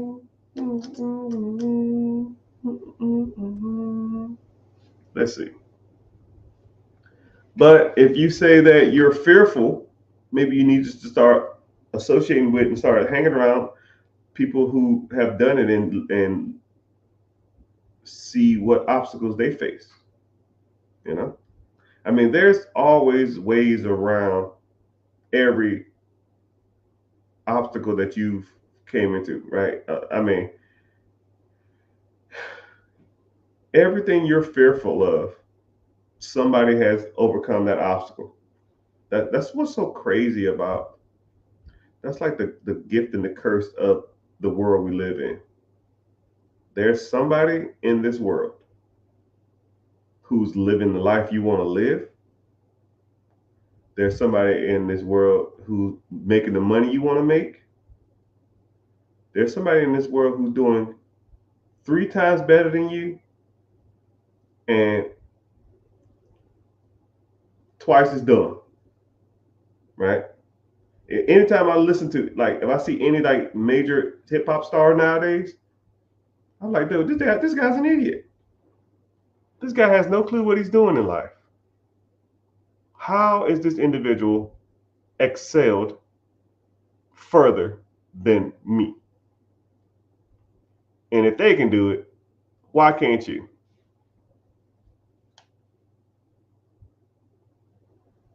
You gotta ask yourself that, man. But it all, a journey of 1,000 miles starts with one step. And today's step starts with you wanting to commit to a bigger calling. First of all, you got to start associating with people who are out here doing it every day, people who want to better their lives, because the social circle you probably have ain't probably doing that. You probably hanging with people that want to go to the club. You hanging around people that want to go drinking. You want to hang around people that go smoking, and that's doing the same shit they were doing last year, right? And one thing about like New Year's resolutions that I love and hate, it almost makes you reflect on what you're doing in life. It almost makes you sit back and say to yourself, damn, am I in the same position I was last year? I've gained weight and I have more debt and less money than I did last year. And even something as simple as writing down how much you weigh and writing down how much money you got and make that your New Year's resolution. Right? Okay, cool. I have $5,000 in savings. I make this amount in my job. I have this amount in my checking. I have this much in my savings. I have this much in my investments. I'm this age. I weigh this. You know, so now when I look on my New Year's resolution, it's really not a New Year's resolution. It's almost like a New Year's check-in. You know, it's like a New Year's check-in. And even stuff like that, once you start hanging around people that hold you accountable to your stuff, like, oh man, I have this amount of money, right? I need to get to this level. Okay, let's start doing this. Let's focus on this. Let's go here. Let's do this. Let's do this. And now you'll start seeing the wheels turn. You'll start seeing traction. And then every New Year's resolution, you say, well, damn, I'm doing a little better than I did before. Man, I'm a little higher than I am this year. Man, I'm doing way better, right? But a journey of 1,000 miles start with one step. The first step is you got to start with the mindset. You got to start associating with different type of people. You got to start working towards a goal, right? And then I'll meet people all day long, and they'll say shit like, I'll say, "What's your goals?" I want to be rich. You know how stupid that sounds? I want to get money. I want to get money. I want to get money. That's your goal. Well, how much? A lot. A lot. Well, what the fuck is a lot? You can't have a goal without a destination. Do you go to a tattoo parlor and say, hey, I'll take any tattoo? Do you go to the fucking airport and say, I'll take any plane trip? Do you get in the car and you say, Uber, take me anywhere? So now you got a tattoo of a damn mustache on your forehead. You got an airplane ticket to Istanbul, and your Uber then take you to the port of Miami somewhere. I mean, no. You have to set goals. You have to look at particular subjects or particular things whenever you set them goals. And they got to be realistic because you want to accomplish them. Okay, cool. I want $1 million. I got 10 grand. I want $1 million a year by next year. Come on, dog. Come on, dog. If it was that easy, all of us would do it. You need some more realistic expectations, right? And I'll literally get people DM me and saying that. I got 5K. I need $2 million of passive income that I don't got to work for. I want to sit on my ass. I want $1 million a year every year for the rest of my life for the next 18 months. Bro, you can get the hell out of here with that. You can get out of here. But you have to be told from individuals who are doing it at a high level that that's unrealistic expectations. It's like, I weigh 400 pounds. I want to lose 250 pounds the next 6 weeks. Bro, that ain't happening. Yeah, you cut a leg off because that's the only way that's happening. It ain't happening, man. So I just want to let you know that, there are people out here who do this on a high level that can help you get to the next goal, and I am one of them. Someone called me the most charismatic, nicest person I've ever met. That's cool. I appreciate that. But you have to start within. And one thing you have to do is you got to commit to something. And that's why I'm here to help. Because I get tired of people sending me DMs all day, right? Like I said, I get 400 DMs daily. And people asking me, yo, man, I want to do this. I want to do this. I want to do this. I want to do this. I want to do this. I want to, start my own business. I want to buy a business. I want to get into real estate. I want to fix my credit. I want to get to business credit. I want to get to investing. I want to, I want to know the proper way to buy a car. I want to know the proper way to leverage my credit. All this kind of stuff, right? And I can't just sit on here and answer, because there's probably a couple hundred people in here now. I can't just sit here and just, constantly try to ask people questions, right? That's why I came up with the free webinar. So if you're interested in moving forward, or even just coming in there and just learning more, click the link in the bio, or go to therichgetricher.com, which you never can find it. Just click the link in the bio. I'm on Facebook, Instagram, YouTube, Twitch, Twitter, TikTok. And I'm streaming all over different places because I'll always get people say, it ain't 200 people in here. I'm streaming. Like, you don't see me doing this? I got 4 monitors, man. So just depends on where you're watching. But I'm counting them in my head. So if you're interested in learning more, click the link in the bio, join the free class. And if you want to move forward, we move forward. And if you don't, just come there and learn something, hang out with me, be attentive, take some notes, ask some questions, and then we go from there. But I appreciate you, everybody, for being here. Social media gets mad at me if I'm on for too long or not long enough. So I meet my quota. And appreciate y'all. Make sure y'all following for whatever platform y'all watch it on. Make sure you follow and get notification every time I come on, and then you kind of can see me and, go through life, think about the changes you want to make in your life. And, if you want to come back and ask me some questions on certain subjects, that's fine. If you want to just say, screw it, this guy seemed like he knows what he's talking about, click the link in the bio, join the free class. But Facebook, TikTok, no, sorry, Facebook, YouTube, Twitch, Instagram, Twitter. Appreciate y'all being here. And I'll be the same. It's been real, it's been fun, but it hasn't been real fun because I got a headache.